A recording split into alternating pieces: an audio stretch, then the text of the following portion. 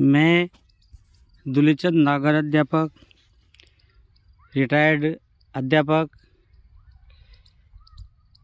ये मेरी गार्लिक की फसल है, ये लहसुन की फसल है। ये मैं पूर्ण रूप से प्राकृतिक तौर पे कर रहा हूँ, गौमाता के आधार पर, क्योंकि हमारी भूमि माता, सभी किसानों की भूमि माता रोग से ग्रसित है। इसलिए भूमि माता को स्वस्थ तथा पॉजिटिव करने के लिए रोजाना सुबह सूर्य उदय होने के समय तथा सूर्य अस्त होने के समय अग्निहोत्र करना पड़ता है, क्योंकि भूमि को स्वस्थ और पॉजिटिव करने के लिए ऊर्जा जल चाहिए। तो अग्निहोत्र से जो भस्म बनती है उसमें फिटकरी डाल करके और रोज़ाना सुबह शाम अग्निहोत्र करना पड़ता है। उस ऊर्जा जल को वेंचुरी के माध्यम से खेत में चलाया जाता है। भूमि को स्वस्थ, उपजाऊ और बीमार रहित करने के लिए अग्निहोत्र जरूरी है। बिना ऊर्जा जल के भूमि पॉजिटिव नहीं हो सकती है।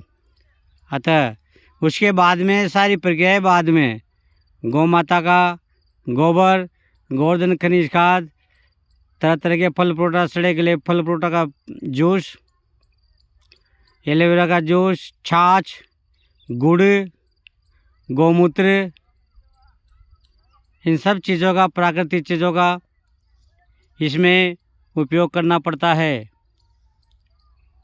साथ में खट्टा जैव रसायन, मीठा जैव रसायन तथा कड़वा जैव रसायन, ये इस भूमि को देना पड़ता है। ये सब घर पे तैयार होते हैं। कितनी बढ़िया फसल है। आसपास के खेतों में फसल, लहसुन की फसल पीली पड़ रही है। जितने भी आप भूमि माता के ऊपर पेस्टिसाइड डालोगे, रासायनिक डालोगे, भूमि माता बीमार होगी।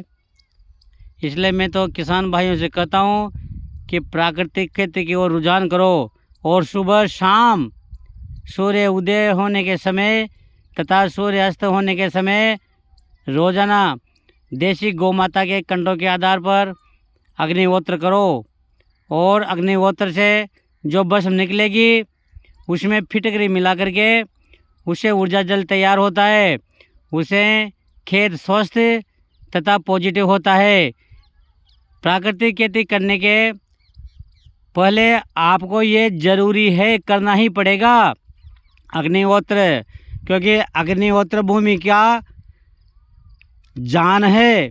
भूमि को पॉजिटिव करने के लिए, या अपन खुद भी उसको पी सकते हैं। इसलिए अग्निहोत्र से भूमि भी स्वस्थ होती है, पूरा घर बार स्वस्थ होता है तथा अपना खुद का स्वास्थ्य भी अच्छा रहता है। ये देखो कितनी बढ़िया फसल है। आसपास के खेतों में फसलें, लहसुन की फसल सूख रही है, पीली पड़ी है, लेकिन मेरा लहसुन, मेरे खेत का लहसुन कितना स्वस्थ है। देख लो आप। ये वीडियो में बना रहा हूँ। जय हिंद, जय भारत, जय गौ माता, जय भारत माता।